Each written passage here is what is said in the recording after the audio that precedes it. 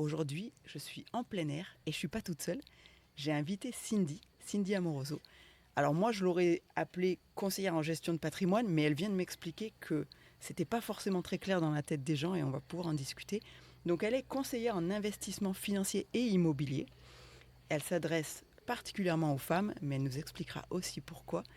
Et je suis ravie de la voir au micro avec moi. On est dans le jardin, donc il y a des bruits d'oiseaux, il y aura peut-être le coq, il y aura peut-être les chats. Mais c'est la vraie vie, quoi.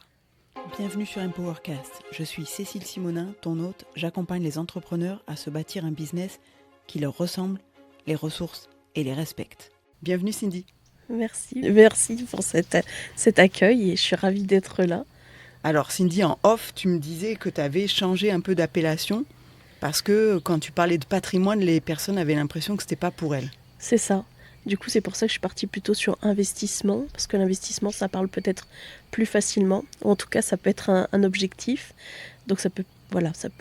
Quand on dit conseiller en gestion de patrimoine, on imagine tout de suite qu'il faut avoir une fortune, qu'il faut avoir beaucoup de patrimoine, et on a tendance aussi à imaginer que le patrimoine, c'est que l'immobilier.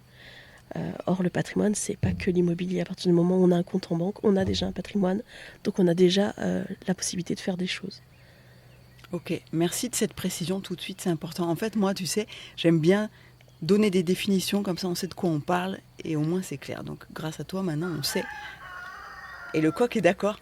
Il valide, mais je pense qu'il a envie de s'exprimer aujourd'hui. Ouais, donc il a des choses à dire. Il va nous accompagner, mais c'est pas grave, il est bienvenu. Oui. Cindy, est-ce que tu peux nous dire en quelques mots comment tu es arrivée à ce métier ? Un peu par hasard, mais je pense qu'il n'y a pas vraiment de hasard. Ouais, je suis d'accord. Il y a des rendez-vous, il y a des choses qui nous amènent à ça. Alors je suis juriste en fait au départ. J'ai fait une formation de droit, j'ai fait la fac de droit et l'école de notariat. Je suis devenue clerc de notaire et j'ai fait ce métier pendant plus de 17 ans. Et à un moment de ma vie, j'ai eu besoin d'avoir des revenus en plus. Et du coup, on m'a proposé une opportunité que j'ai saisie à l'époque, juste avant le Covid, d'être apporteur d'affaires dans la gestion de patrimoine. Un domaine que je ne connaissais pas particulièrement. L'argent, ce n'était pas mon domaine de prédilection au départ. J'avais presque 40 ans. Et du coup, je me suis dit, ok, let's go. Découvrons un petit peu ce que la vie m'amène. Et du coup, j'ai commencé comme ça, comme apporteur d'affaires. La personne le conseiller en gestion de patrimoine, mon mentor, qui m'a accueilli dans son équipe, m'a dit, si tu veux, si les gens sont d'accord, accompagne-moi, je te montrerai ce que je fais. Et là, c'est la potion magique, je suis tombée dedans, quoi. Ouais. Je suis devenue passionnée, j'ai trouvé ça extraordinaire. Je me suis rendu compte de tout ce que je ne savais pas, de tout ce que ça pouvait offrir comme pouvoir et comme liberté, des thèmes qui sont importants et sur lesquels on va revenir, mais c'est une réalité, quoi. Ça a vraiment changé la donne et je me suis dit, si à 20 ans j'avais su tout ça, ma vie aurait été très différente. Et l'idée d'accompagner des personnes, quel que soit leur âge, quelle que soit leur situation, à redistribuer les cartes, à vraiment comprendre les enjeux et les règles du jeu, ça change tout. J'ai vraiment envie de partager ça. Je vois l'étincelle dans tes yeux. Je suis devenue passionnée, c'est vrai, c'est vraiment devenu une passion. Les enjeux sont tellement sont énormes en fait. Et justement, tu travailles principalement avec des femmes et j'ai envie de dire qu'il y a encore plus d'enjeux pour une femme parce que ça fait pas si longtemps que les femmes sont indépendantes financièrement. On a l'impression que c'est acquis, mais je pense qu'il faut pas trop se reposer sur nos lauriers. Clairement. Et puis c'est pas si vieux que ça, l'indépendance financière des femmes. Est-ce que tu peux nous expliquer ce choix ? C'est quelque chose qui me parle intimement, forcément. Et je me rends compte, justement, comme tu disais, l'actualité nous prouve tous les jours que nos conditions de femmes, parce qu'on peut parler encore de conditions de femmes, c'est triste à dire, mais est fragile, qu'on peut facilement basculer. Et l'indépendance passe par l'indépendance financière. Comme les violences commencent par les violences financières, ça peut être en tout cas un des premiers pas vers certains types de violences. L'indépendance financière, elle est essentielle. C'est ce qui nous permet de rester libre, vraiment. La liberté, ça passe par cette capacité à être autonome financièrement. Alors moi, j'ai grandi avec cette idée, hein. Je pense que de toute façon, ma mère, ma grand-mère m'ont transmis ça. C'est une Mais chance.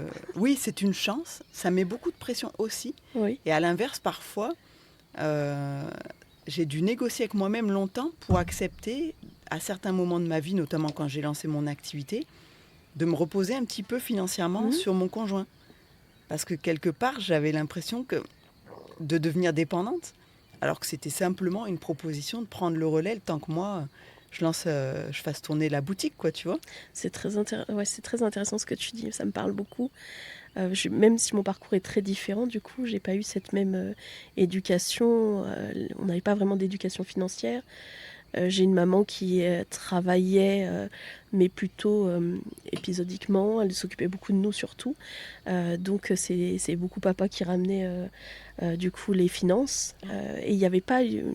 Je voyais pas de forme de dépendance entre mon père et ma mère. Donc c'est tardivement en fait que moi ces sujets sont venus à moi.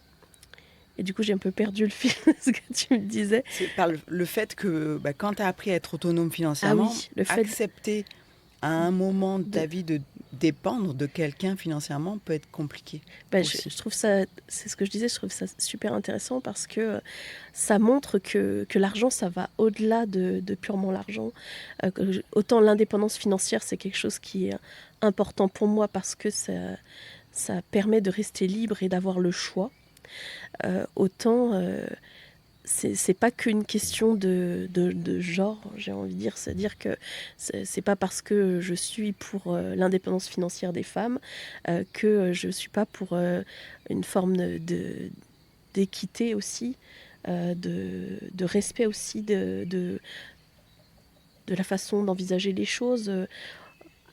Et l'argent, pour moi, c'est une énergie qui va au-delà de purement l'argent, de purement l'autonomie.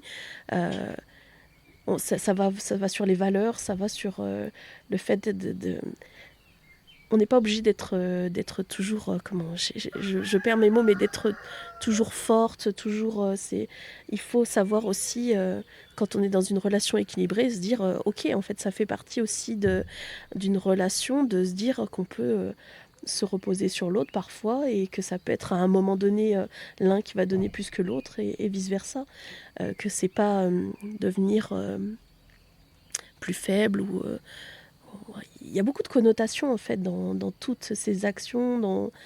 C'est pour ça que c'est un sujet pour moi qui me passionne parce que il est tellement complexe, il touche à tellement de choses différentes que L'argent est quelque chose qui a la capacité à établir un pouvoir de domination.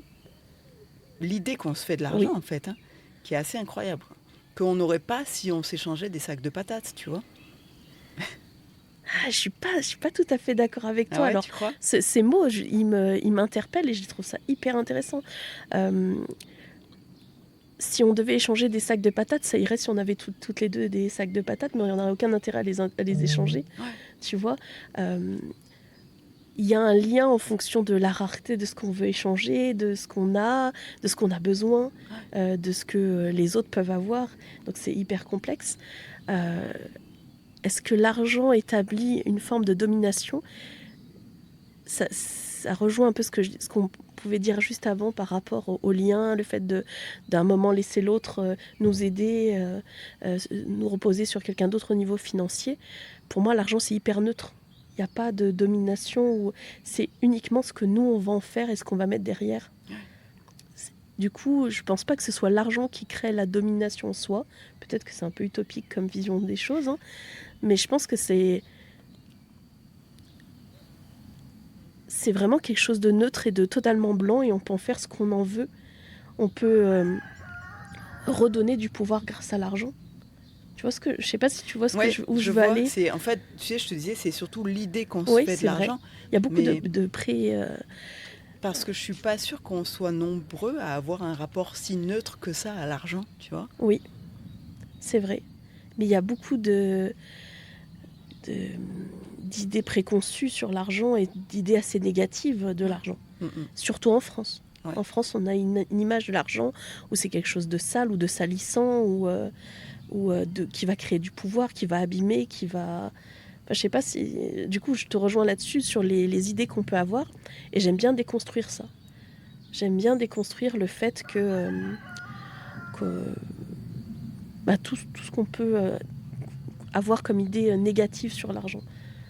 J'aime bien remettre les choses à plat et essayer de montrer qu'on peut faire tellement des belles choses avec l'argent. L'argent, c'est fait pour circuler. Tu vois, pour moi, c'est une vraie énergie. C'est fait pour circuler. Si on la bloque, ça devient quelque chose qui est gênant. Si on la laisse circuler comme elle devrait être, avec une forme de... J'allais dire presque de générosité, mais je pense que la générosité, elle fait partie aussi de ce monde. Et ça redevient quelque chose qui peut être hyper positif. Et pas que dans la générosité, hein, ça peut être très, très dirigé, mais on en a besoin pour... je veux dire, quand tu vas, je sais pas, moi, chez ton boulanger ou pour acheter du pain, tu te dis pas, je suis en train de le dominer en lui achetant son pain, tu vois, ou il y a quelque chose de très... oui, tu vas donner de l'argent, et lui, il va faire quoi de cet argent? Bon, il va payer ses taxes, ok, certes. Une fois qu'il a payé ses taxes, peut-être qu'il va lui-même consommer chez un autre commerçant en local. Il va peut-être payer des cours à ses enfants. Il va peut-être aller voir une pièce de théâtre. Je sais pas. Enfin, il y a des choses. Moi, j'aime l'art, tu vois. Par exemple, je trouve ça extraordinaire. Il peut donner de l'argent à des personnes qui en ont besoin, tu vois. On peut faire tellement de choses. Ouais. Donc pour moi, l'argent, ça peut être quelque chose de très beau. Tout dépend ce qu'on met dessus. C'est ça. Donc tout dépend comment nous, on s'approprie cette notion et ce qu'on a envie d'en faire. Ouais. Et je pense pas que c'est parce que tu as énormément d'argent que tu deviens quelqu'un de mauvais, ou parce que tu n'as rien du tout que tu es quelqu'un de bon. Tu vois. Je pense que c'est vraiment indépendant de soi. Je pense que des fois, on a tendance un petit peu à se cacher derrière ça, pour pas prendre ses responsabilités de qui on est, de comment on vit. Comme c'est pas parce que tu as énormément d'argent que tu vas savoir très bien gérer ton argent, ou que tu n'en as pas du tout que tu vas pas savoir le gérer. Tu peux avoir très peu d'argent et très bien gérer ton argent, et du coup construire des choses de façon beaucoup plus solide et avec des projets que tu peux mener à bien, et des personnes qui gagnent énormément mais qui savent pas du tout gérer. Donc il y a beaucoup d'idées que j'ai envie de démolir. C'est bien, je te remercie pour ça. Tu as remis les pendules à l'heure et c'est bien. C'est de se mettre en tête que l'argent n'est que ce qu'on lui attribue comme pouvoir et n'a que ce qu'on lui attribue comme pouvoir. Lui, il est neutre, c'est nous qui nous faisons des idées par rapport à ça. C'est ça. Des idées qui peuvent venir de très loin aussi, qui viennent de l'éducation. Mais clairement. Qui viennent... Il y a pas mal de théories sur l'aspect transgénérationnel aussi. Clairement. Je valide totalement. Donc il y a beaucoup de choses à déconstruire. C'est pas toujours facile de le faire tout seul. Mais en tout cas, il y a des gens comme toi qui permettent aussi d'apaiser ce rapport à l'argent. Et ça, c'est cool. Pour moi, ça a été une prise de conscience. Alors si je peux être la graine qui va faire qu'il va y avoir d'autres prises de conscience, la prise de conscience, c'est le premier pas. C'est le premier pas pour se dire, ok, est-ce que j'ai envie de continuer comme ça, ou est-ce que j'ai envie de faire les choses différemment? Et je pense qu'on a tous son rythme, tous son tempo, tous aussi ce qu'on a envie de vivre ou pas. Et c'est ok en fait. Mais c'est juste prendre des fois un petit peu, faire une pause, prendre du recul et se dire ok, ça permet déjà d'ouvrir le champ des possibles. Merci pour ça, Cindy. Tu disais tout à l'heure qu'il y a des choses que tu aurais aimé savoir il y a 20 ans. Oui. Est-ce que ou à 20 ans plutôt, est-ce que quand tu avais 20 ans, tu étais à l'aise avec l'argent ou c'est quelque chose que toi tu as appris? L'argent, ça a toujours été assez compliqué pour moi avant que j'apprenne les règles, que je comprenne les enjeux aussi. Parce que c'est pas qu'une question de comprendre les règles du jeu, c'est aussi avoir la vision. Quand on commence à avoir de la vision à moyen terme, à long terme, on change aussi les choses. On se rend compte que des petites actions peuvent avoir des effets qui sont assez incroyables. Et oui, donc le rapport que j'étais très dépensière. Très dépensière. D'accord. Ouais, alors très dépensière, sans excès non plus, dans toute mesure regardée, mais je ne savais pas épargner. Je ne savais pas comment épargner, pourquoi épargner. Et investir, on n'en parle même pas. C'est un sujet qui n'existait pas. Pour moi, investir, la seule chose, quand on me parlait d'investir, j'imaginais juste acheter de l'immobilier, mettre des locataires dedans Et c'était tout. Ma vision, elle se résumait à ça. Mm, mm. Je voyais pas plus loin que ça. Alors Donc, que tu sais aujourd'hui qu'il y a bien d'autres choses qu'on peut faire oui, pour investir. on manque beaucoup d'éducation financière. Ouais. Et aujourd'hui, si je peux encore mettre des petites graines, donner des informations à pourquoi c'est important de comprendre ces sujets, pourquoi c'est important de s'en saisir, je le ferai volontiers. D'ailleurs, ça me fait penser que c'est peut-être le bon moment pour rappeler que tu fais des ateliers. Oui, c'est vrai, je fais des Des ateliers. ateliers qui s'appellent, laisse-moi regarder mes notes, ateliers de pédagogie financière, Oui, c'est ça, investissement pour tous. C'est à Pont-de-Beauvoisin-Savoie, chez Agoraguet. tout à fait. Et je pense que c'est le bon moment d'en parler parce que si toi qui nous écoutes, t'es dans le coin, va y faire un tour. Tu vas avoir des réponses à tes questions ou tu vas ouvrir tes chakras, quelque chose, un rapport différent avec l'argent. Et puis comprendre que investir, c'est pas que pour les riches. Oh oui, c'est gentil, merci d'en parler. Je viens de lancer ces ateliers. Pour l'instant, ça n'a pas grand effet, mais moi, je suis quelqu'un qui... Voilà, j'ai foi que chaque chose arrive au bon moment et qu'il faut persévérer pour se faire entendre à un moment. Et voilà, et ces ateliers, ils sont ouverts dans tous les sens du terme. C'est-à-dire que j'arrive avec un sujet que j'ai envie de simplifier, de rendre accessible et surtout de faire comprendre les enjeux qu'il peut avoir derrière. Le prochain atelier, c'est sur la sécurité financière. Pour moi, c'est la base aujourd'hui. C'est pas le premier atelier que j'ai fait. Le premier, c'était plutôt sur comment investir en 2026. C'était ça, le premier atelier, pour déconstruire aussi tout ce qu'on peut entendre et toutes les peurs ambiantes qu'il peut avoir avec notre contexte géopolitique, financier, tout ça. Donc j'avais important d'apporter quelque chose de positif aussi là-dedans. C'est quelque chose qui me tient à cœur aussi, d'enlever les peurs. Ouais. On met déjà, c'est un sujet qui est complexe pour nous, mais en plus, on met énormément de peur là-dessus. Et parfois, c'est bien de prendre un pas de recul et de se dire ok, regardez tout ce qu'on a déjà vécu jusqu'ici, et la Terre, elle tourne toujours. Hein, donc, faire ses choux gras sur des petites choses, ça a tendance un petit peu à m'énerver. Donc, On est dans une société qui aime la peur et qui la cultive parce que c'est comme ça qu'on manipule les foules, on va pas se le cacher. Oui, on veut faire du buzz, on le fait sur la peur, on le fait sur des choses négatives. Heureusement, moi c'est ce que je retiens et ce que j'ai envie de promouvoir aussi. Il y a des personnes qui essayent de montrer aussi tout le positif qu'il peut y avoir dans ce monde. Et j'ai envie de faire partie plutôt de ce côté-là plutôt que l'autre. Je comprends. De rassurer, de dire... parce que la peur, ça empêche de passer à l'action, de faire certaines choses. Ça repousse aussi certaines actions. Or, surtout en investissement, on a un peu des adages. Et un des adages qu'on a en investissement, c'est que le meilleur moment pour investir, c'était hier. Le deuxième meilleur moment, c'est aujourd'hui. Donc plus on repousse et plus on perd des chances pour soi-même. Ouais.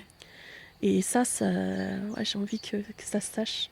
Et que tout le monde puisse se rendre compte qu'on n'a pas besoin d'avoir des 100 et des 1000 pour investir. Mais avant d'investir, il faut être en sécurité financière.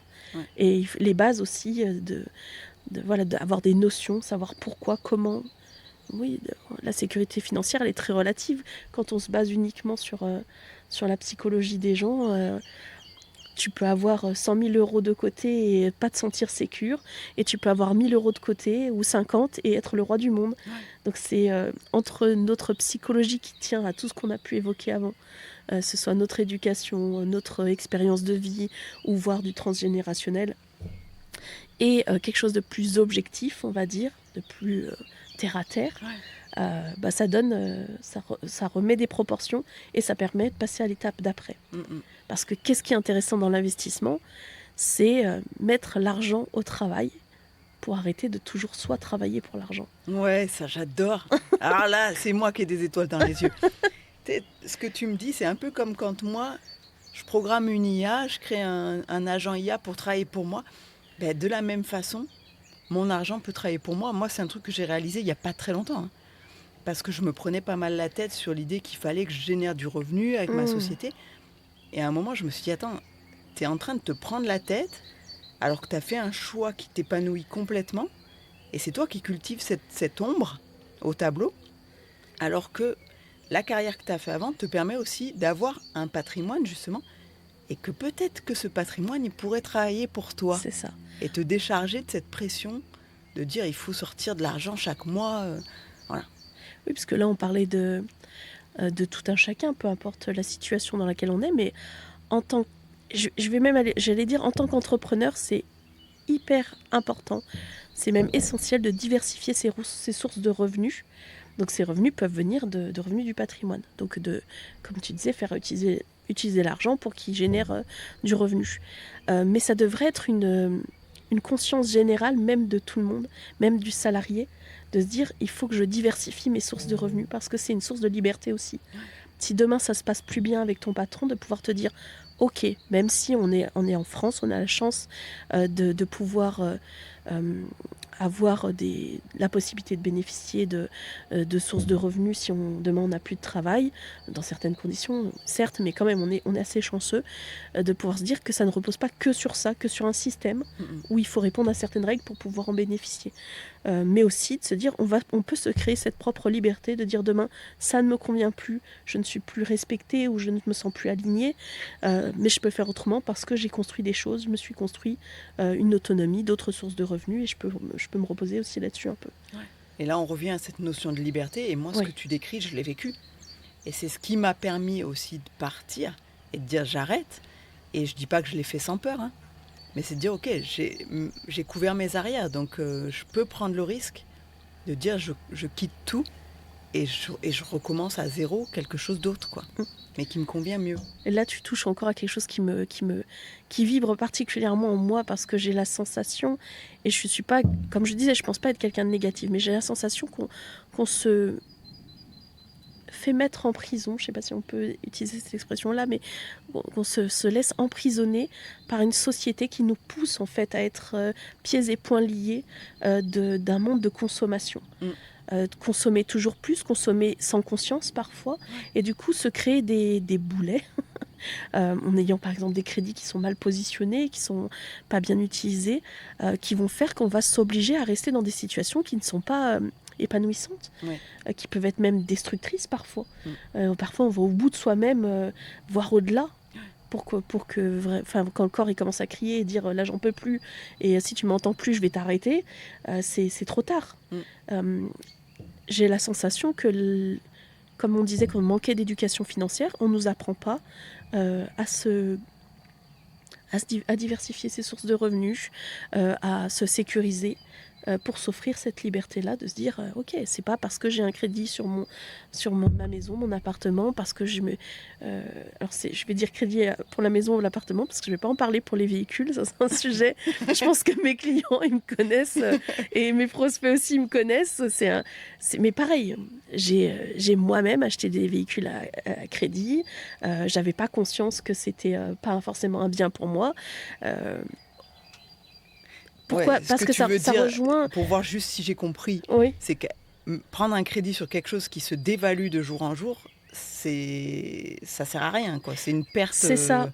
Et surtout, c'est révélateur de quelque chose qui est un peu compliqué à entendre, c'est vivre au-dessus de ses moyens. Si tu as les moyens si tu as envie d'avoir une belle voiture, dernier cri, etc., il faut que tu puisses l'acheter cash. Si tu ne peux pas l'acheter cash, c'est que c'est au-delà de tes moyens. Et ça, c'est difficile à entendre dans une société où on nous pousse toujours à consommer. Avoir le dernier truc à la mode, le dernier... On a vu une discussion comme ça, il me semble, si tu m'arrêtes si je dis des bêtises, mais c'est aussi un révélateur un peu de position sociale, de comment on se montre à l'extérieur, comme nos vêtements, ça peut l'être, le fait d'être propriétaire ou pas, enfin ce genre de choses. C'est une forme de dialogue non dit entre personnes et de position sociale, peut-être... qui moi me pose problème parce que apprendre à des personnes à vivre au-delà de leurs moyens, c'est les enfermer. C'est les rendre prisonniers en fait d'une situation qui les dépasse rapidement. Et ça m'attriste aujourd'hui.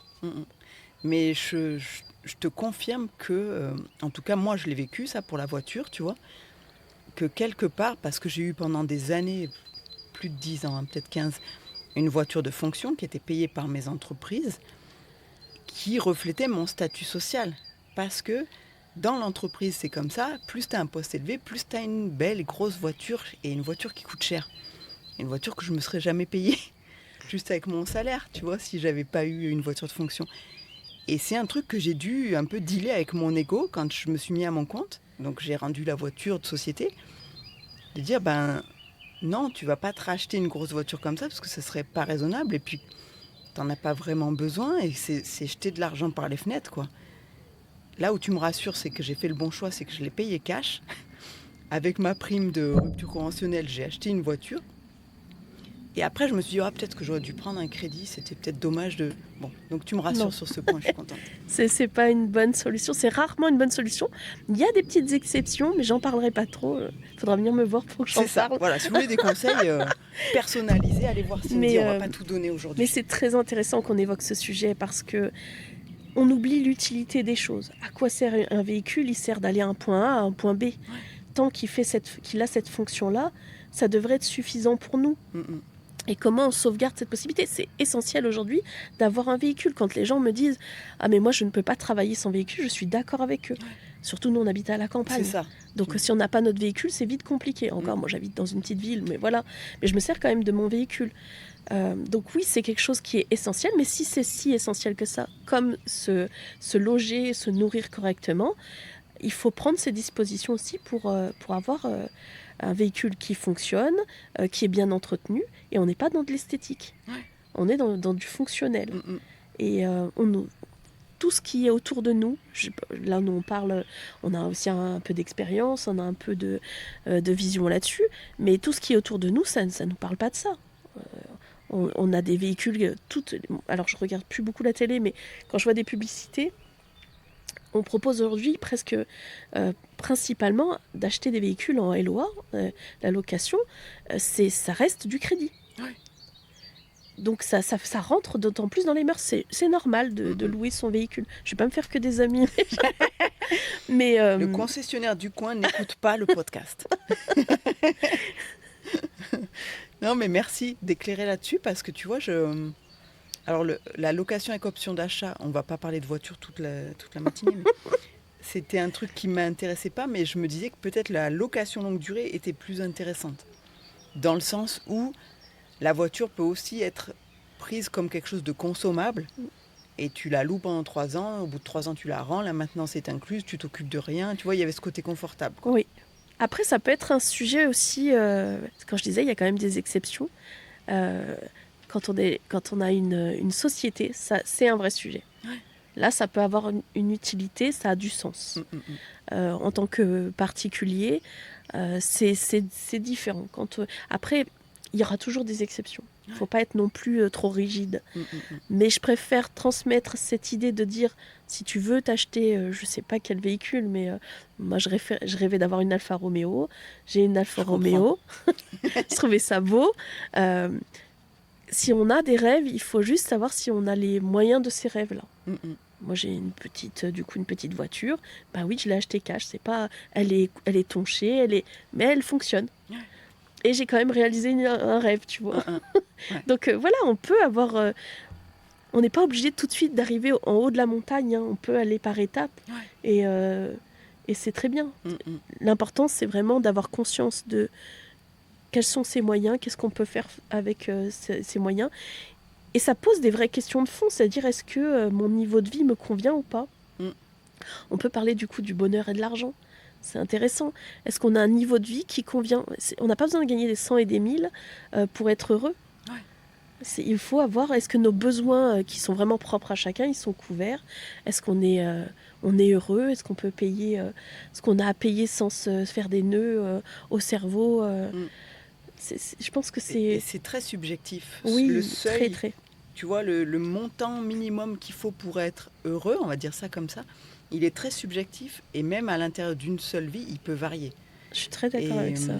Oui. Moi, j'ai de la gratitude aussi pour l'entrepreneuriat parce que ça m'a appris ça, de me dire, puisque bien sûr, je recommençais de rien, j'avais pas de revenus garantis quand tu te lances à ton compte, et ça m'a permis de réaliser que d'abord, j'avais pas besoin de consommer autant. Alors, j'ai jamais beaucoup consommé, mais qu'il y avait plein de choses que je consommais qui étaient plus un peu de l'ordre du doudou émotionnel.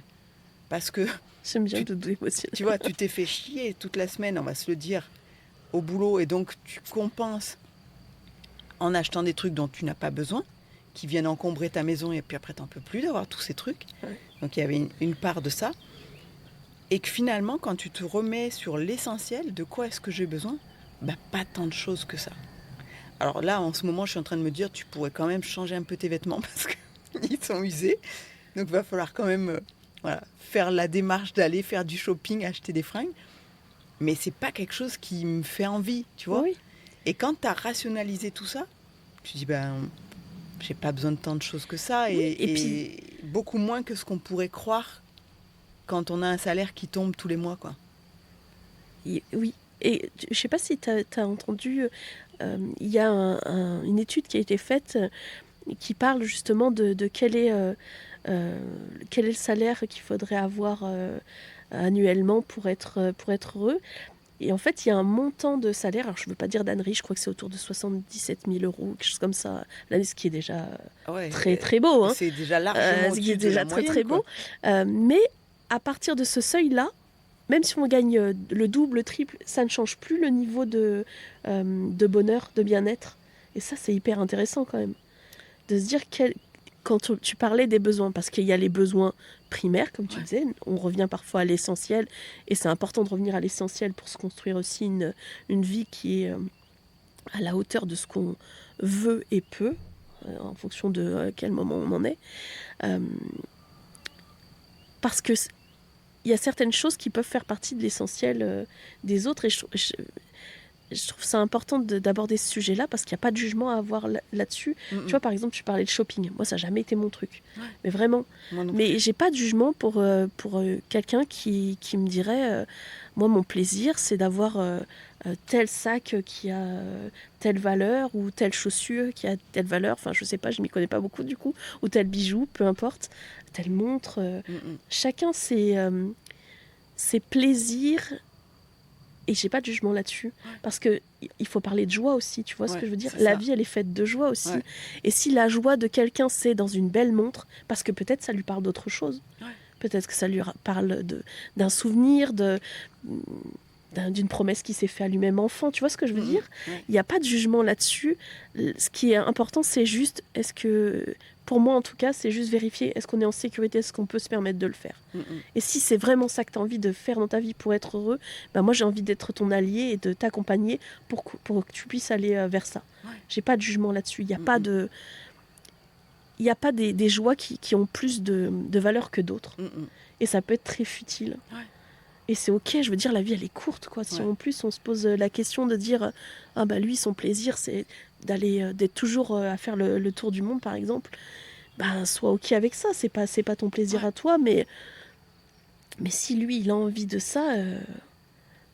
Enfin, je sais pas Comme si nous, notre plaisir, c'est d'aller manger au resto de temps en temps. Chez Sauge, notamment, on fait un peu de pub, hein, tant qu'à faire. Il y en a qui diraient, mais ah, elle a avoué. Il y en a qui diraient, mais ça sert à quoi d'aller au resto, tu peux manger chez toi. Mais oui, tu vois. Et il y en a qui auront plaisir à aller acheter des bons fruits et légumes pour faire... Tu vois, j'ai parlé que de fruits et de légumes. Pour faire un bon plat en famille, tu vois. Et c'est... En fait, tout ça, c'est ok. Et on a tendance à mettre beaucoup de jugement sur comment on dépense son argent. Moi, c'est pas un jugement, c'est plus que des fois, ce qui m'alerte, c'est justement ce côté doudou émotionnel. Ouais, où je me dis, attention à pas compenser le fait que tu vis pas ce que tu as envie de vivre et tu vas un peu t'anesthésier en consommant des choses dont tu n'as pas besoin parce que bah, ça te fait un boost de dopamine. Hein, c'est ce qui te passe dans ton cerveau. Hein. Tu t'achètes un truc, tu as un petit boost de dopamine et c'est bon, tu repars. Ouais, mais ça t'empêche de te poser la vraie question. C'est pourquoi est-ce que j'ai besoin de ce doudou ? Parce que peut-être je suis pas à la place où je pourrais être, quoi. Et c'est très lié aussi à cette sécurité financière. C'est pourquoi je m'autorise pas à vivre la vie que j'ai vraiment envie de vivre. Souvent, c'est parce que je crois que je n'ai pas le choix. Parce que je suis, comme tu disais très bien, prisonnière de mes croyances qui me font penser que si j'ai pas un salaire qui tombe tous les mois de manière fixe, ben, je pourrais jamais m'en sortir. Et c'est comme ça qu'on peut se voiler la face pendant des années, quoi. Oui, oui, puis, mais dans le côté compulsion qu'on peut avoir pour certains achats, souvent c'est des gens qui ont la sensation de s'être beaucoup serré la ceinture, tu vois, de s'être frustré pendant longtemps et de se dire, bon sang, je travaille, c'est difficile pour moi d'aller travailler pour avoir cet argent et en plus je peux même pas me faire plaisir avec. Ouais. Donc il y a un côté qui peut être compulsif à certains moments par rapport à ça. Bah, c'est un peu comme si tu faisais un régime drastique où tu Oui. t'interdis complètement de manger le moins de carrés de chocolat pendant des semaines. Et puis un jour, tu vas tomber sur la tablette et tu vas te la torcher en entier, quoi. C'est C'est clair. un peu le truc, Mais quoi. il y a vraiment un parallèle entre les deux, hein, entre la compulsion qui peut être alimentaire et la compulsion qui peut être du coup financière. Ce que j'aime bien travailler avec les personnes qui veulent bien être accompagnées par moi, c'est justement cette notion d'équilibre. Qu'est-ce qui est important pour toi? Qu'est-ce qui ferait que ta vie soit agréable pour toi? Et par rapport à tes moyens, on va regarder ce qui est possible. On va essayer de mettre un peu cette notion de plaisir dans le socle Ouais. de la gestion de ton budget. Tu vois, si pour toi c'est important de prendre des vacances, bah de prévoir une somme qu'on va les mettre tous les mois pour aller s'offrir des vacances. Mais c'est quelque chose, ça fait partie de... On sait donner les moyens, on a les moyens, c'est prévu, on peut se faire plaisir. Pareil pour les loisirs. Si ton loisir, je sais pas, moi c'est d'aller faire un sport qui nécessite d'avoir un peu d'équipement, par exemple, ben ok, on peut le prévoir en fait. Si c'est ça qui est important dans ta vie, on va essayer de... Et là, ça redonne du sens aussi au travail. Ouais, complètement. Parce que quand on touche à l'argent, on touche à la notion de travail. Dans notre société, c'est ça. Et on oublie parfois pourquoi on travaille. On travaille, moi, ça m'arrive de demander à des jeunes, j'ai travaillé avec des jeunes BTS, leur dire, mais pourquoi vous cherchez du travail? Et de regarder avec des gros yeux comme ça en disant... Parce qu'il faut. Bah voilà, c'est ça, c'est normal en fait, on va chercher du travail. Ouais, mais pourquoi tu vas travailler? Et là, quand tu creuses un peu, bah oui, pour avoir un salaire, pour avoir de l'argent, ok, mais qu'est-ce que tu veux faire de cet argent? Et là, on rentre déjà dans une prise de conscience. Ouais. Tu vas aller donner de ton temps, de tes compétences, de ta vie dans un travail pour de l'argent. Mais pourquoi? Et c'est pour ça qu'on voit que parfois il y a des personnes qui sortent de ce système parce que ça leur convient pas, parce qu'ils n'ont pas besoin de ces ressources-là, ils peuvent les remplacer par autre chose. Alors j'invite pas tout le monde à sortir du système, hein, pas du tout. Allez, C'est révolution. C'est pas ce que je veux dire, mais juste de se prendre conscience que c'est pas la seule voie. Et ça va changer notre rapport au travail. Ouais. Aujourd'hui, j'ai pas la même sécurité financière personnellement que quand j'étais salariée, quand j'étais clerc de notaire. Mais j'ai une liberté que je n'avais pas non plus, et surtout un épanouissement. J'adore faire ce que je fais. Ouais. Après, est-ce que je pourrais toujours le faire? Je ne sais pas. Je suis pas dans une situation professionnelle qui permet de voir loin aujourd'hui, de me dire je suis sécure et vous allez me voir encore très longtemps dans ce métier-là. Mais par contre, je sais que c'est une passion. Et si je peux partager cette passion et apporter quelque chose, j'aurais plaisir à le faire encore très longtemps. Ouais. Ce que je n'avais plus, pas forcément en tant que clerc de notaire, où je trouvais plus de sens à ce que je faisais. J'ai vécu la même chose et c'est ce qui m'a fait tout quitter. Et en fait, ça me rappelle une discussion que j'ai eue avec mon comptable qui me fixait des objectifs de chiffre d'affaires et je disais, moi, ce qui m'importe, je dis parce que j'ai gagné beaucoup d'argent, mais chaque matin, quand je me levais, j'avais qu'une envie, ce serait de me pendre. Aujourd'hui, chaque matin, quand je me lève, je suis dans la joie d'avoir à faire que des choses qui me font plaisir, comme d'être avec toi ce matin. Merci. Et ça n'a pas de prix. Donc en fait, d'un côté, ça me déresponsabilise du côté financier parce que je suis tellement contente de faire ce que je fais que je me fous de l'argent. Donc il faut que je trouve un équilibre encore, tu vois, mais c'est bien de remettre du sens aussi et de savoir pourquoi on fait les choses, quoi. Et moi, j'entends trop de gens me dire, j'ai pas le choix. Et subir leur vie professionnelle, Oui. j'ai pas le choix, faut que je paye les études des enfants. Et moi, en général, je leur mets dans la tête quelque chose qui est peut-être un peu violent, mais je dis, on a toujours le choix. On a toujours le choix de décider quelque chose et d'en assumer les conséquences. Et tu peux très bien décider de rester dans ce boulot qui te plaît pas parce que c'est important pour toi d'être en sécurité et de pouvoir financer les études de tes enfants. Et c'est OK, mais fais-le en conscience, quoi. Ça change même le rapport Une fois que tu l'as conscientisé, tu te dis, ok, bah, si je reprends ton exemple, bah, tant que mon enfant, j'aurai pas l'argent qui me semble nécessaire pour ses études, on a des chiffres hein, pour donner un peu le coût moyen des finances, c'est assez important. Donc plus tôt vous commencez, plus facile c'est et mieux c'est. Hein, on est presque sur 48 000 en général euros pour un enfant pour ses études supérieures, c'est pas rien. Ouais, quand même. C'est une moyenne. Hein. Ouais. Donc se dire que ça peut être beaucoup moins, ça peut être beaucoup plus. Mais quand on a déjà cette notion, on se dit, bon, bah, peut-être que quand il naît, on peut commencer à faire quelque chose. Ouais, c'est vrai. Plutôt que d'attendre en se disant, oh, bah ça va, on a encore le temps. Le temps passe très vite. Ouais. Et ça peut être un vrai sujet une fois qu'on y est. Et puis là, on peut basculer sur un sujet qui me tient beaucoup à cœur aussi, c'est qu'on voit de plus en plus aussi d'enfants qui sont obligés de financer eux-mêmes leurs études. Ça a toujours existé, hein, mais de plus en plus. Et c'est les crédits pour les étudiants, c'est quelque chose c'est quelque chose d'assez particulier pour le vivre d'un côté ou de l'autre. C'est-à-dire un enfant qui va faire ses études, quelles qu'elles soient, et qui va commencer dans la vie, non seulement à devoir payer un loyer, peut-être sa nourriture, etc., et tout ce qu'on a à payer dans la vie de tous les jours, mais en plus qui commence avec un crédit, ça complique beaucoup le départ dans la vie. Ça prive de beaucoup de choses. Et pour les parents, c'est une source de culpabilité qui peut être assez importante aussi et difficile à vivre. C'est des choses qu'on voit beaucoup aux États-Unis. Oui, mais ici aussi, je le vois de plus en plus. Ça enferme en fait, hein, parce que tu démarres dans la vie, tu as déjà des dettes à rembourser. Donc tu vas travailler pendant des années juste pour rembourser ce crédit. Ça veut dire que ce que tu évoquais tout à l'heure, la joie de pouvoir se payer des trucs, de se faire des petits plaisirs pour se récompenser, d'avoir travaillé. Et puis, bah oui, tu as fait des études, c'est aussi pour avoir un job qui te permette de te faire ce genre de plaisir. Bah là, tu peux pas, quoi, parce que tu as ton crédit à rembourser. Ouais. C'est clair. Puis tu as la pression de la réussite. Ouais. Il faut réussir tes études. Oui. C'est-à-dire qu'il faut trouver un job aussi derrière. On sait que c'est pas toujours simple, même après des grandes études, de trouver un job. Enfin, c'est un vrai sujet. Moi, c'est un vrai sujet qui me touche. Bah, peut-être parce que j'ai une petite fille aussi et que voilà, je me projette forcément. On a envie qu'ils aient la liberté de faire ce qu'ils ont envie de faire dans la mesure du possible.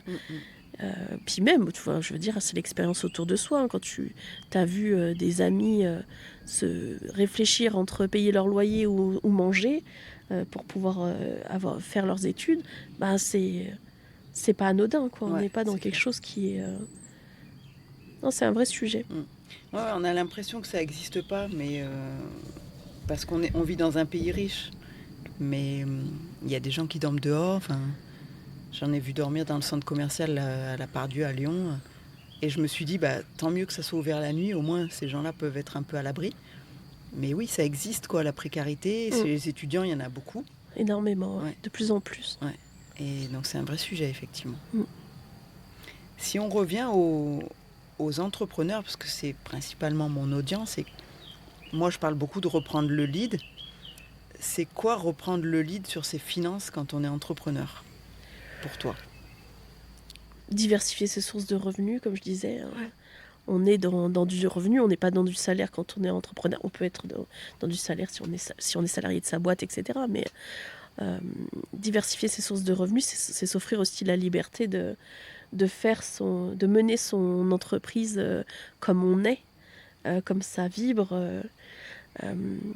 Du genre de se payer un mois de formation. Par exemple. Ou pouvoir se dire, je vais prendre du temps pour ma santé. On a tendance à beaucoup... C'est un autre sujet aussi, hein, la santé. Souvent, c'est lié à notre activité quand on est chef d'entreprise. Donc, prendre du temps pour sa santé, pour son bien-être, pour se former, ça nécessite des revenus. Donc, et c'est un moment où on n'est pas dans notre activité pure. Donc voilà. En quoi c'est... Je vais reprendre ta question si ça t'ennuie pas. C'était comment on reprend le lead sur ses finances quand on est entrepreneur? Donc en diversifiant ses revenus, est-ce qu'il y a d'autres choses concrètes qu'on peut faire? Moi, alors souvent quand j'accompagne des chefs d'entreprise, je pars toujours de la situation personnelle pour aller sur la situation professionnelle, du coup la situation d'entreprise. Pourquoi ? Parce que ça part tout de nous, en fait. Tes projets à toi, tes rêves à toi sont les tiens. Et du coup, ça va amener à gérer ton entreprise d'une autre façon que moi, par exemple. On n'a pas les mêmes rêves. Enfin, en tout cas, je sais pas. On a les mêmes goûts en matière de restaurant, mais on n'a peut-être pas les mêmes rêves, ça, on ne sait pas. Peut-être. Et du coup, ça permet aussi de prendre conscience des besoins personnels et du coup de ce qu'on va aller rechercher au niveau de l'entreprise ou de la société. Donc juste pour info, il y a le chat Titou qui s'est invité sur notre table. Donc s'il y a des bruits bizarres, vous saurez qui est le coupable. Il file du coup. Et du coup, pourquoi je pars de la situation personnelle ? Parce que ça va fixer aussi des objectifs, on va dire, de revenus à engendrer par le biais de l'entreprise. Et ça va donner ensuite, on gère l'entreprise comme une personne. Elle a besoin aussi de sécurité financière et elle a aussi des projets à financer. Et on peut aussi aller faire travailler l'argent de l'entreprise ensuite pour nous, pour notre avenir aussi. Parce que on sait qu'on n'a pas les mêmes retraites quand on est chef d'entreprise que quand on est salarié, que c'est un sujet. Que notre santé aussi, elle va dépendre de ce que nous, on va pouvoir financer aussi, en prévoyance par exemple. Donc c'est vraiment une personne à part entière et on va la traiter comme on traite le budget d'un foyer, on traite aussi le budget, on va dire, d'une entreprise. Ouais.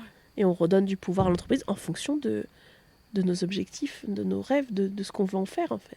À quoi elle sert cette entreprise ? Qu'est-ce qu'elle sert ? Est-ce qu'elle ne sert que nous ? Est-ce qu'elle fait vivre d'autres personnes, des salariés qu'on aurait par exemple ? Forcément, les enjeux ne vont pas être les mêmes. Est-ce qu'on a envie de la transmettre ? Est-ce que c'est vraiment quelque chose qui est lié à nous ? Donc, tu vois, on fait un peu ce parallèle entre les projets, les objectifs et ce qu'on va mettre en œuvre et comment on peut diversifier, comment on peut se sécuriser. On va le faire en fonction de ces objectifs. Il n'y a pas quelque chose de... Je veux dire, il n'y a pas une voie à suivre et à copier, en fait. C'est vraiment... Et c'est ça qui est chouette. C'est ça qui rend aussi complexe le sujet. Mais moi, j'adore quand on se rend compte qu'on a la liberté de définir quelque chose qui nous ressemble et qu'il n'y a pas une seule recette. Et tant mieux, parce que souvent, moi, la recette qu'on me présente, elle ne me convient pas, quoi. Donc, si je peux faire à ma sauce, ça me va bien. Ouais, on peut faire du sur-mesure. Après... il y a des basiques, tu vois ce que je veux dire ? Il y a des choses qu'on va retrouver systématiquement. Parfois, moi-même, je me dis, tiens, c'est souvent les mêmes solutions que je propose. Oui, parce qu'il y a des bases, en fait. Ouais. Il y a des bases. Une fois que tu as les bases, tu peux vraiment aller diversifier, tu peux aller toucher à ta sensibilité, à ce qui est important pour toi, etc. Mais il faut il faut un socle solide. Mais souvent, quand je parle de mon métier, je prends l'image de la construction d'une maison. Pour qu'une maison elle soit solide, elle tienne dans le temps, il faut qu'il y ait des fondations qui soient solides. Et du coup, on retrouve ça. Il faut des fondations solides, donc on retrouve souvent les mêmes solutions, parce que c'est la base. Ok. Tu parlais de retraite et c'est vrai que pour nous les entrepreneurs c'est pas forcément une retraite automatique, c'est quelque chose qu'on doit construire et qu'on a tendance à remettre à plus tard. Je me souviens d'avoir dit ça à 30 ans, alors à l'époque j'étais salariée, à me dire bon non, la retraite c'est bon, c'est le cadet de mes soucis. Qu'est-ce que tu dirais à quelqu'un qui a 45 ans et qui a encore rien prévu ? Qu'il a encore du temps, mais que s'il est temps... c'est maintenant, quoi. C'est maintenant. Il y a encore possibilité de faire des choses. C'est des sujets qui sont souvent imbriqués aussi. On a tendance à les repousser. Déjà, on sait que quand on est entrepreneur, on a déjà tellement d'activités, tellement de choses à faire qu'il y a des choses qu'on repousse et c'est pas notre partie encore plus. Pour moi, on retombe sur le fait aussi, enfin, un sujet qui revient un peu pour moi, qui fait un parallèle avec la diversification des revenus. Tu vas me dire si ça te parle ou pas, mais parfois, il faut savoir déléguer à des personnes qui savent faire mieux que nous, avec qui on se sent en sécurité, serein, pour pouvoir sécuriser ça dans notre tête, tu vas dire ok là-dessus, je sais que quelqu'un s'en occupe, c'est moi qui ai choisi, ça n'enlève pas le fait de choisir, ça n'enlève pas le fait de contrôler, mais de se dire c'est fait. On a coché la petite case dans notre to-do list. Ouais, Ça va parler, ça, to-do ouais. list. Mais il faut savoir déléguer certaines choses. Alors, c'est vrai que quand on débute, surtout quand on est en auto-entreprise, par exemple, enfin entrepreneur individuel, on a tendance à faire tout.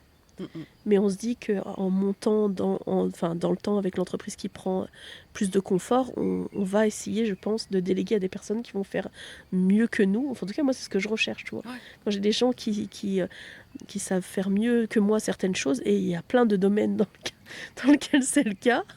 J'en ai tellement que je ne saurais même pas lequel citer. Par exemple, ne serait-ce que la bonne cuisine, on revient à ce sujet tout à l'heure, la bonne cuisine, si on peut déléguer ça à quelqu'un qui est un expert et qui va nous nourrir sainement et en plus qui mettra le goût dedans, il ne faut pas hésiter à le faire. Des fois, c'est aussi déléguer des trucs que j'aime pas à quelqu'un qui kiffe faire ça. Mais c'est ça.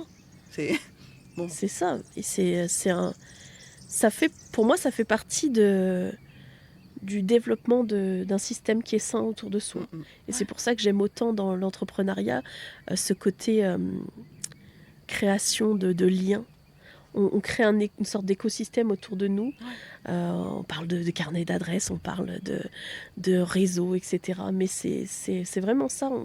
On découvre des pépites, des gens qui font des choses extraordinaires de façon incroyable.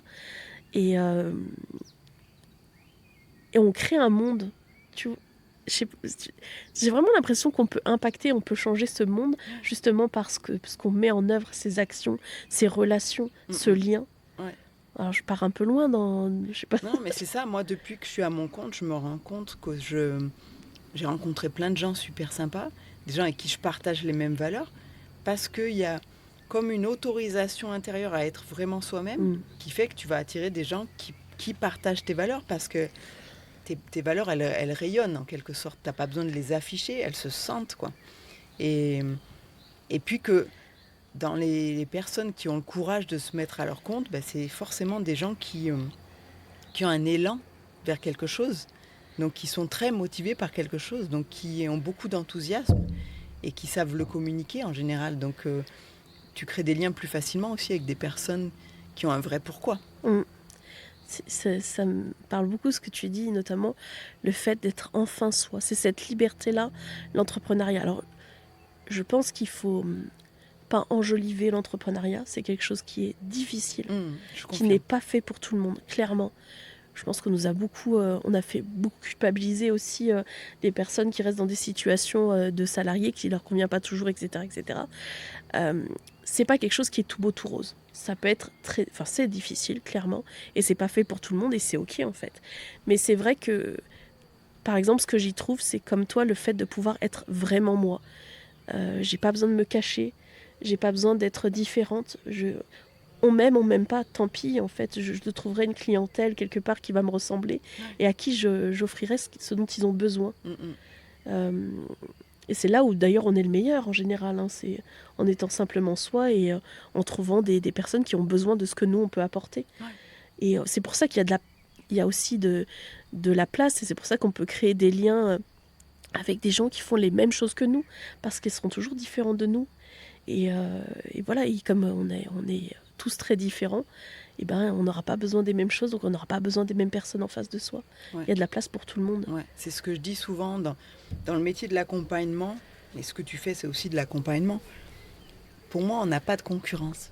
Parce que les personnes, elles viennent pour tes compétences, certes, mais elles viennent surtout pour qui tu es, pour ce que tu dégages, pour ton énergie, pour ta personnalité, parce qu'elles se sentent bien avec toi. Et donc, en ce sens, quelqu'un peut avoir exactement les mêmes compétences que moi ou que toi. Pour moi, c'est pas un concurrent, c'est un choix. C'est un choix qui s'offre à la personne et c'est cool, quoi. Et je rejoins aussi ce que tu disais par rapport au fait qu'on attire un monde qui nous ressemble autour de nous. On est obligé, quand on est entrepreneur aussi, de chercher de la visibilité, de se faire connaître, parce que les clients vont pas tomber du ciel. Enfin encore, en tout cas, c'est bien dégagé aujourd'hui. Même nous, ça nous ferait mal, je pense. Tiens, un client, je n'avais pas prévu qu'il fasse 80 kilos et qu'il me tombe dessus. Mais bon.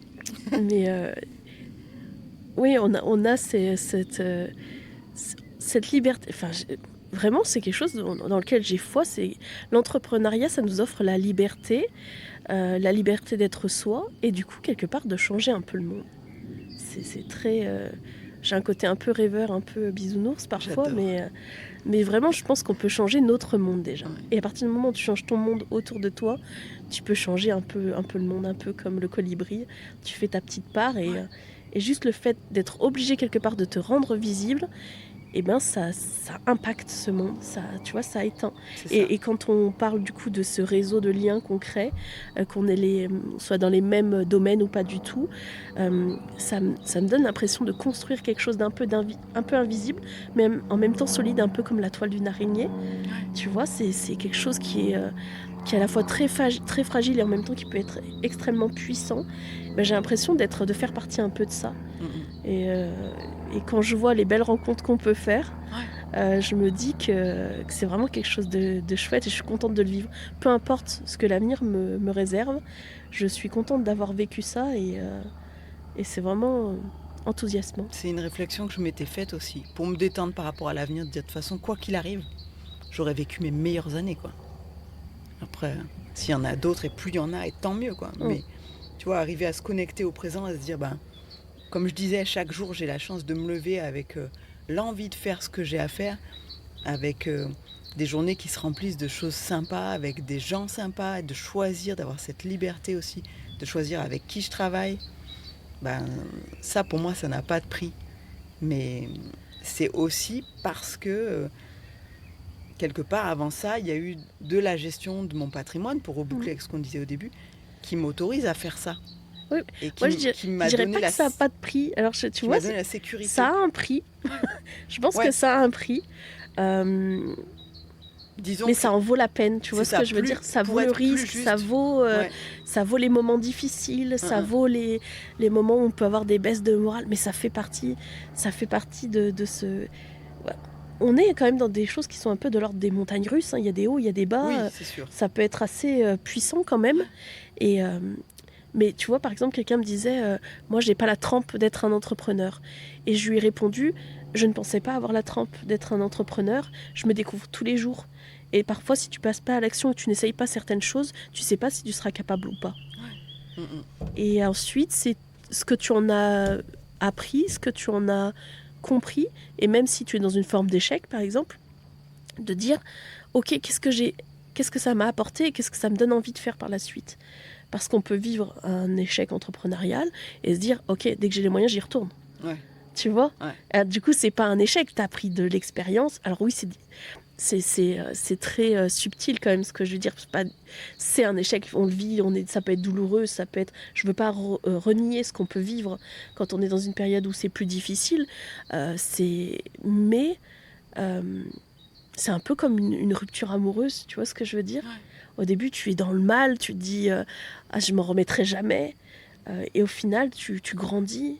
Le temps, on dit toujours, il n'y a que le temps pour mettre un peu de douceur sur les choses qui sont très douloureuses. Mais ça se retrouve dans beaucoup de domaines et aussi dans l'entrepreneuriat. Parfois, il faut du temps pour se dire ok, mais là, j'ai appris ça. Et est-ce que j'ai envie du coup que cette expérience m'aide à rebâtir quelque chose d'encore plus solide, d'aller encore plus loin, de faire différemment peut-être aussi. Il y a quelque chose d'assez parallèle quand même entre les deux. Ouais, tout à fait. Et pour reboucler sur ce que je disais, effectivement, c'est que cette expression, ça n'a pas de prix, elle n'a pas vraiment de sens. C'est plutôt ça un prix que je suis prête à payer. Oui.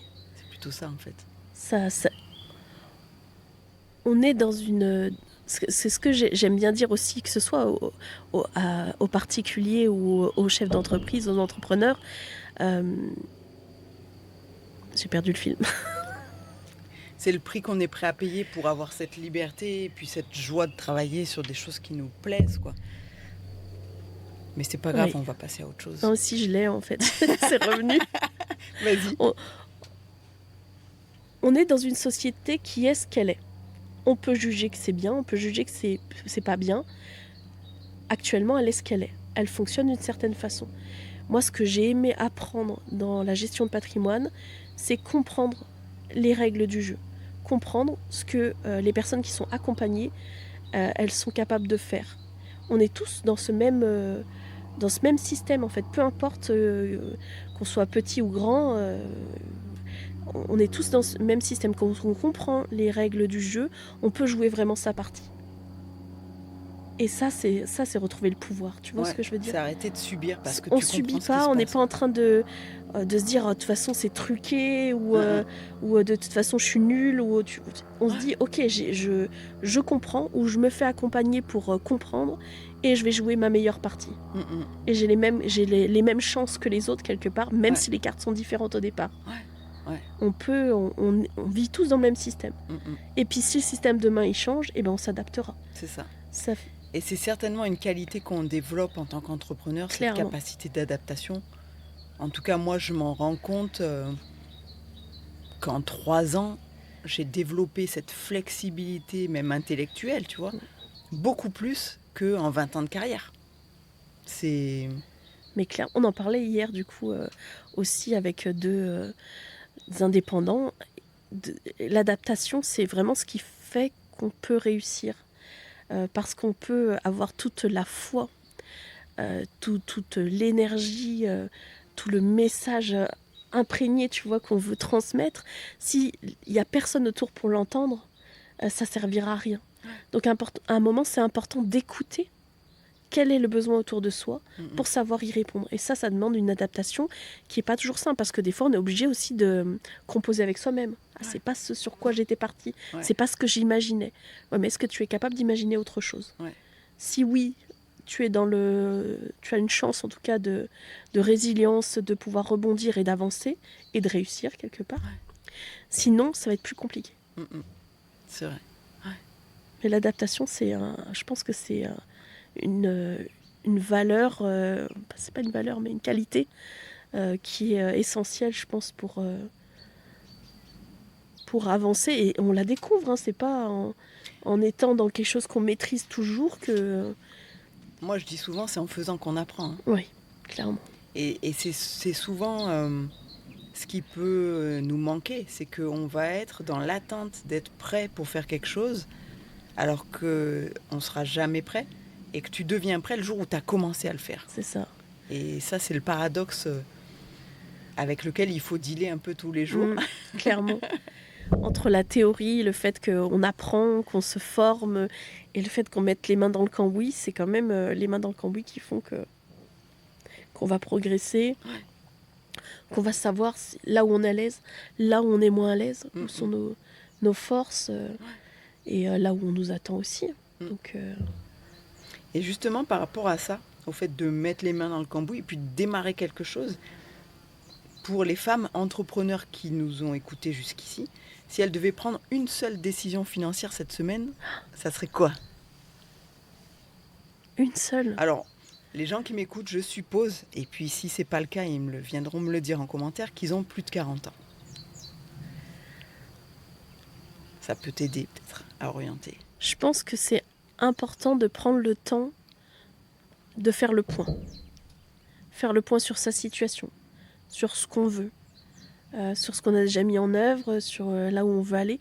Je pense que c'est important parfois, parce que quand on est entrepreneur, souvent on a l'impression de ne pas avoir le temps. Et c'est vrai, on est tout le temps en train de courir, on a l'impression de perdre du temps à partir du moment où on doit se poser pendant plus 1 heure, 2 heures sur un sujet. Je pense qu'on revient à l'essentiel quand on commence à parler d'argent. Et c'est important au moins une fois par an, et du coup pourquoi pas cette semaine, de faire le point sur sa situation. Oui. Mais oui, je pense que c'est important. Ça permet aussi de redonner une certaine dynamique. Comme des fois, comme on fait le bilan sur son entreprise, faire le bilan sur soi, ses projets, et ce qu'on a besoin de générer, et où on veut mettre notre énergie, et notre énergie argent. Ok, on va prendre rendez-vous, toi et moi. Avec plaisir. Je passe à l'action, je donne l'exemple, les filles. Cindy, pour finir, quelle est la phrase ou la conviction, tu nous en as déjà partagé, mais qui vraiment guide ta façon d'accompagner tes clientes et qui peut résumer ce en quoi tu crois profondément sur l'argent et les femmes, pour revenir à ta cible de cœur ou ton cœur de cible. Les deux sont valables. Vraiment la conviction qui t'anime et qui va résumer ce que t'offres aux femmes que t'accompagnes en fait? Elle est dure cette question. C'est cadeau. Euh, Reprenez le pouvoir et reprenez le pouvoir. Je pense que c'est important. Pour moi, c'est important de redonner le pouvoir en accompagnant ces femmes sur des sujets qui peuvent leur paraître très techniques, très loin de ce qu'elles sont, de leurs valeurs parfois. Du coup, c'est pas une phrase, ça va être tout. C'est pas grave. Je suis bavarde. Je suis Mais bavarde. ça me plaît que tu exprimes ça et on est vraiment dans le cœur de ce qui m'anime aussi. Hein. L'empowerment, quoi. Oui. Reprends ton pouvoir. Mais vraiment, c'est pas que des mots. J'ai la sensation que se reposer face à ça et du coup faire les choses en conscience, ça redonne du pouvoir. Ouais. Et ça, la prise de conscience, c'est le premier pas. La prise de conscience pour pouvoir changer ou pas les choses en fonction de sa situation. Mais le décider. C'est ça. On a toujours le choix. Et on a le choix de rester dans la situation dans laquelle on est, à condition de le faire en conscience, tu vois. C'est ça, si on est très bien, il faut continuer. Mais même, on peut décider de rester dans une situation où on n'est pas bien, mais parce qu'on l'a décidé et que pour l'instant, c'est comme ça. Et puis, il y a des degrés aussi dans l'inconfort, qui font que c'est acceptable ou pas acceptable, en fonction de nos priorités, en fonction de ce qu'on est capable aussi de vivre aussi à certains moments. Ouais. Il y a des moments où on n'est pas prêt psychologiquement. On n'a pas la force, quelque part, de se mettre face à certains sujets. Parfois, c'est une question de timing. Chacun son rythme. Chacun son rythme, mais ne repoussez pas trop. Ouais, pour la retraite, on rappelle que si tu as déjà 45 ans, il faut quand même t'en occuper maintenant. Hein. Alors, nous, on a encore la chance, quand on a 45 ans, d'avoir foi, on va dire, dans le système et pouvoir en bénéficier. On a de la chance quand même d'être en France. Il ne faut pas oublier de le dire. Si on paye des impôts, c'est pas pour rien non plus. Au-delà de la retraite, je parle aussi de tous les services dont on peut encore bénéficier, même si on peut critiquer la qualité, la perte, etc. Je rejoins sur plein de sujets, mais n'empêche que ça existe. Et il faut faire en sorte que ça continue à exister. Aujourd'hui, j'ai des gamins qui ont 20 ans qui commencent à capitaliser pour leur retraite. Donc, si eux, ils se posent la question à 20 ans, à nous, à 45 ans, il faut vraiment qu'on se la pose aussi. Quand tu dis nous, tu m'inclus à 45 ans? Je pensais à moi, surtout. Ça me fait du bien. Ça me rajeunit. Merci beaucoup, Cindy. Merci Donc, à toi. on te retrouve dans tes ateliers de pédagogie financière, investissement pour tous, à Pont-de-Beauvoisin. On te retrouve sur les réseaux sociaux. Facebook. Instagram, sur LinkedIn. Partout. Elle est partout. J'essaye. Amoroso. Prenez rendez-vous. C'est important. Merci beaucoup. Juste pour finir, ton secteur, il est très large. Prendre rendez-vous avec toi. En présentiel, en région Rhône-Alpes, on va dire. Mais je travaille en visio aussi, et du coup, je peux travailler avec des personnes qui sont en région parisienne ou dans le centre de la France ou dans le sud. J'ai un peu Donc, il n'y a pas d'excuses. Non, il y a possibilité. Avec la visio aujourd'hui et la signature électronique. Merci le Covid pour ça, c'est vrai. quelque part. C'est assez simple de pouvoir communiquer et accompagner les personnes. On mettra un lien en description pour que les gens puissent te retrouver facilement. Donc vers tes réseaux sociaux et tout ça. C'est gentil, merci. Ton email. Et voilà, prenez rendez-vous si ça vous a parlé, ce que Cindy nous a dit aujourd'hui. Et si d'un coup vous dites, faudrait peut-être que je me penche sur la question et que je reprenne mon pouvoir financier, voilà, vous savez à qui vous adresser. Retraite, fiscalité aussi, c'est un sujet qui peut être impactant. C'est un sujet. Quand on commence à être dans nos objectifs, ça peut être aussi un sujet. Ouais. Donc il y a de quoi discuter. Prenez rendez-vous avec Cindy. Merci beaucoup pour ton temps. Mais je te remercie pour toi, pour l'invitation. Avec plaisir. Et pour ce moment partagé. Tous les conseils que tu nous as partagés, les prises de conscience aussi. Moi, j'ai eu des petits déclics, d'ailleurs, on va prendre rendez-vous. Et n'oubliez pas, keep shining. Merci d'avoir écouté cet épisode. On se retrouve la semaine prochaine pour une nouvelle aventure. Depuis début 2023, j'accompagne des entrepreneurs, coachs et dirigeants qui refusent de choisir entre réussite et authenticité, entre bien-être et performance. Si toi aussi tu ressens cet appel à te créer ce que j'appelle une vie triple R, qui te ressemble, te ressource et te respecte, alors rejoins ma communauté. Inscris-toi à l'Empower Mail, ma newsletter hebdomadaire. Chaque semaine, tu recevras des stratégies concrètes, des outils exclusifs et des réflexions pour réveiller ton pouvoir intérieur et enfin reprendre le lead sur ton entreprise et ta vie. Tu trouveras le lien en description. J'ai hâte de poursuivre ce voyage avec toi.